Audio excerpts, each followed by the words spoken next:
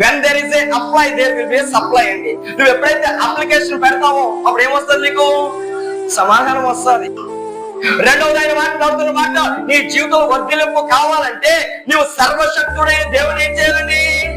బ్రతిమాలుకోవాలండి. నేను ముందుకు సాగుతున్నాను. బ్రతిమాలుకునేటువంటి తత్వం ఎవరి దగ్గర నేర్చుకొచ్చో తెలుసండి? యాకోబు గారి దగ్గర నేర్చుకొచ్చాడు. మనం యాకోబు గారు ఏం చేశారు తెలుసండి? రేవు దగ్గర రాత్రంతా ఏం చేశాడు తెలుసండి? తండ్రి అయిన దేవుని తోటి పెరుగులాడి ఉన్నాడని. ఏమని ప్రార్థన? ఆ రీతిగా ప్రార్థన చేస్తావా? ఏకాంతముగా ఏ రోజైనా ప్రార్థన శక్తి కలిగి నడిపించబడ్డావా? ఉపవాసము తీసుకుని ఏ రోజైనా ఆ ప్రార్థన చేస్తావా? యాకోబు యొప్పేపు రేవు దగ్గర ఎలాగైతే తండ్రి అయిన దేవుని పట్టుకుని బ్రహ్మలాడాడు. ఏమని? నువ్వు నన్ను ఆశీర్వదిస్తాను కానీ నేను నిన్ను పోనివ్వనని వదిలిపెట్టలేదండి. దేవుని పొందే వరకు, ఆశీర్వాదం పొందే వరకు దేవుని యొక్క చెంత వదిలిపెట్టి ముందుకు సాగలేదు.